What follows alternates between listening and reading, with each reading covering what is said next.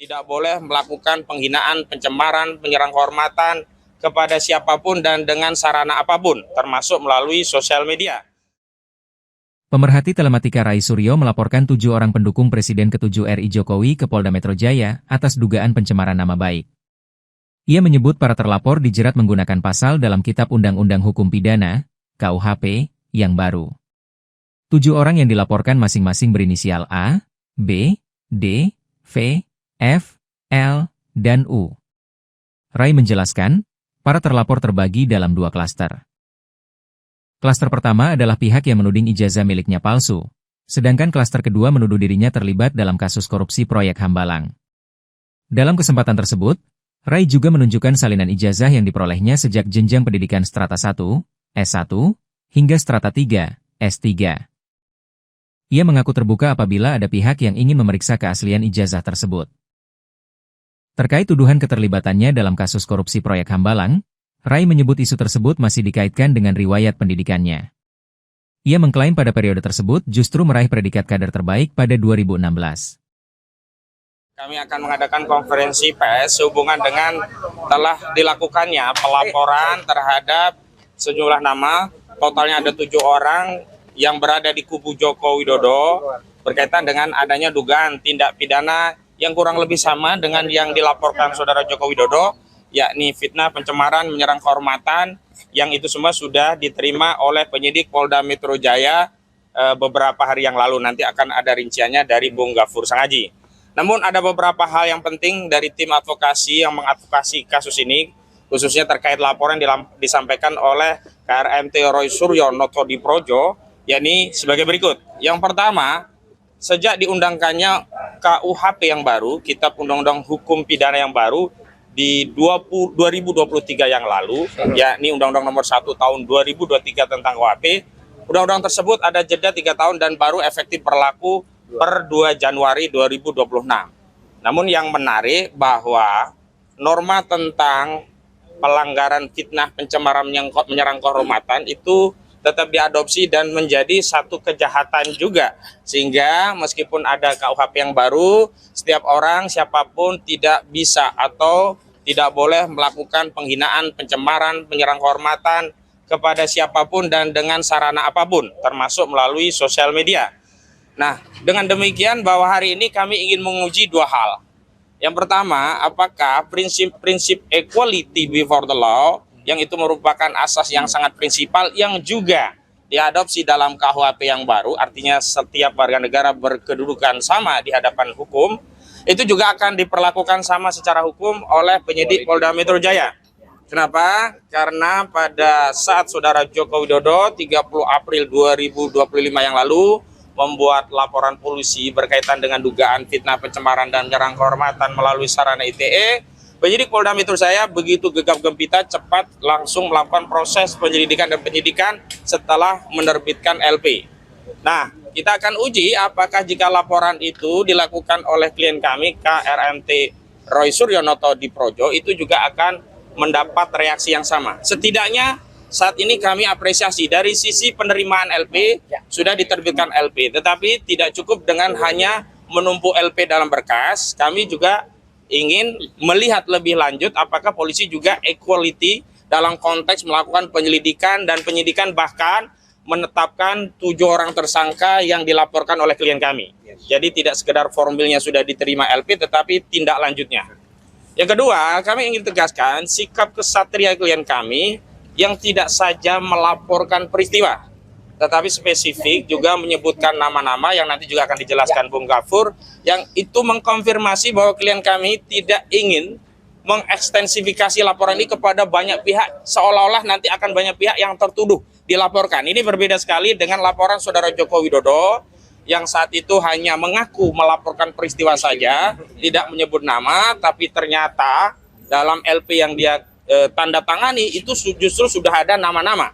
Bahkan nama-nama itu kan menjadi meluas, yang tadinya hanya 5 inisial, terakhir meningkat menjadi 12 orang terlapor, dan kita ketahui ada 3 layer saat itu.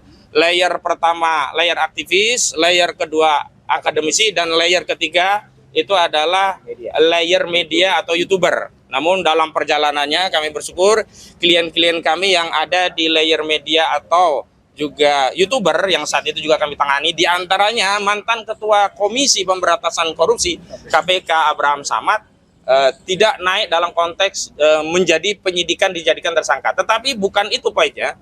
Poinnya memang sebenarnya apa yang dialami atau yang dilakukan oleh Roy Suryo dan kawan-kawan itu adalah konteksnya sedang melakukan penelitian yang memang kesimpulannya menyatakan ijazah saudara Joko Widodo palsu. Bahwa tentu saja saudara Jokowi tidak akan senang dan juga pendukungnya akan kecewa berat, meradang, meronta-ronta, ya, gulung-gulung begitu ya, karena kesimpulan itu palsu itu hal yang lain. Tetapi itu adalah konteks dalam konteks penelitian, dan hari ini justru tidak ada konteks penelitian sama sekali. Apa yang dilakukan oleh kubu Jokowi melalui sejumlah nama, diantaranya adalah Mo1, Irjen Mo1, nanti ada penjelasan yang lainnya. Itu sama sekali tidak punya underlying sebagai peneliti atau apapun. Bahasa-bahasanya, bahasa frontal, bahasa yang tidak mungkin bisa ditafsirkan kecuali itu penghinaan. Kecuali itu adalah suatu penyerangan kehormatan. Jadi tidak butuh ahli, tidak butuh ahli bahasa, tidak butuh ahli sosiologi, tidak butuh ahli psikologi. Tapi kita semua orang yang punya nurani, punya akal sehat, pasti akan setuju dan sependapat bahwa statement yang disampaikan oleh terlapor ini adalah tindakan-tindakan atau pernyataan yang terkategori menyerang kehormatan dan kemudian merendahkan marwah klien kami.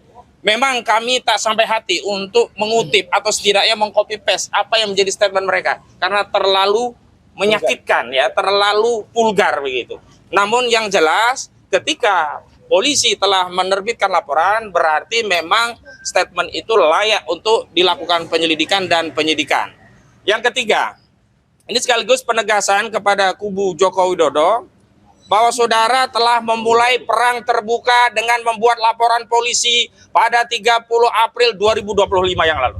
Dan hari ini laporan yang dilakukan klien kami bukanlah perang yang dimulai oleh klien kami, tetapi ini adalah balasan terhadap siapapun yang ada di kubu Jokowi yang terus membela dan membelanya dengan serangan-serangan yang di luar nalar kami. Dan karena kita negara hukum, setiap tindak kejahatan apapun meskipun baru dugaan, mohon didengarkan baik-baik ya, itu tanpa kemudian bersifat mendahului pihak kepolisian. Nama-nama terlapor, inisialnya akan saya sebut. Ya. Inisial yang pertama adalah A. Inisial yang kedua adalah B. Inisial yang ketiga adalah D. Inisial yang keempat adalah F. Inisial yang kelima adalah L. Inisial yang kelima adalah U. Dan yang keenam adalah U. Dan inisial yang ketujuh adalah V. Jadi A, B, D, F, L, U, V. Itu adalah orang-orang yang kami laporkan dan ada di dalam detail penjelasan yang sudah ada di dalam laporan kepolisian nomor STTLB garis miring B garis miring 114 garis miring 2026 SPKT Polda Metro Jaya. Saya jelaskan lagi. Jadi memang ada dua klaster. Klaster yang pertama saya dituduh berijazah palsu. Ya. Jadi ijazah saya dari S1 dari UGM ini dituduh palsu. Clear ya, jelas betul. Ini ada legalisasinya. Silakan difoto, silakan dianalisis. Ya, kalau ada orang ya, silakan diuji ELA, silakan diuji luminance gradient. Silakan diuji apapun kalau ini apa ijazahnya. Kemudian artinya bentuk kejujuran. Kemudian ijazah S2 saya dari UGM juga. Ini. Silakan diuji juga. Ini saya magister kesehatan, makanya di belakang saya ada MKes-nya. Kalau tadi gelarnya di depan ada dokter Andesnya. Dan saya S3. Kenapa saya perlu tulis S3? S3 inilah saya memutuskan untuk mengundurkan diri dari partai karena saya sekolah menempuh S3 ini. Dan alhamdulillah 4 tahun kemudian saya lulus dari Universitas Negeri Jakarta. Bisa diuji. Ya. Clear ya? Ya. Masih di bawah gantian. Ya, jadi artinya 1, 2, 3, S1, S2, S3 ada semua ya. Ada semua dan silahkan kalau ada ya silahkan. Dan kalau ada yang kemudian melakukan itu, mari kita buktikan dia berarti apa? Karena dia sudah menuduh ijazahnya palsu, gitu. Kemudian bla bla bla. Yang kedua yang tadi sudah disebut, saya dituduh melakukan korupsi di di proyek Hambalang. Ya. Saya justru mengundurkan diri dari partai itu karena mau sekolah tadi. Dan salah sedikit dari orang di partai itu yang telah memperoleh 5% sebagai kader terbaik partai. Saya kader terbaik dari partai itu tahun 2016. Dan setelah itu saya justru 4 tahun berikutnya saya izin kepada ketua umum waktu itu untuk mengundurkan diri karena saya mau sekolah. Jadi saya memang hubungannya tidak buruk, saya hubungannya tetap baik. Dan justru karena hubungan baik itu, maka ketika saya dituduh kemudian melakukan korupsi di Hambalang, alhamdulillah justru nanti akan ada saksi yang sangat prinsipal yang mengetahui persis ketika kasus Hambalang itu beliau berada di KPK. Ya, dan itu akan sangat membantu kita, akan menjelaskan Roy Suryo tidak termasuk dalam lidik dan tidak ada. Clear banget. Ya, kenapa saya dibikin videonya? Jadi sebenarnya pasal 32 dan 35 Undang-Undang ITE pun masuk dan nanti akan didalami. Karena saya digambarkan ada di Hambalang, saya digambarkan ada di rombongan yang meneliti itu, dan saya digambarkan terlibat dalam urusan itu. Jadi sekali lagi, tuduhan-tuduhan mereka, kabar bohong dan fitnah adalah telak. Dan itu masuk semua. Jadi makanya Polda Metro Jaya dengan cepat bisa menerbitkan LP. Karena mereka melihat tuduhan ijazah palsu adalah telak, tuduhan saya terlibat korupsi Hambalang adalah telak, semuanya adalah fitnah dan kabar bohong. Jadi sekali lagi kepada 7 pelaku ya, A, B, D, F, L, U, V, siap-siap saja untuk menerima panggilan dari Polda Metro Jaya. Tidak perlu seperti cacing kepanasan, sudah pakai kaos tahanan. Download Tribun X sekarang, menghadirkan lokal menjadi Indonesia.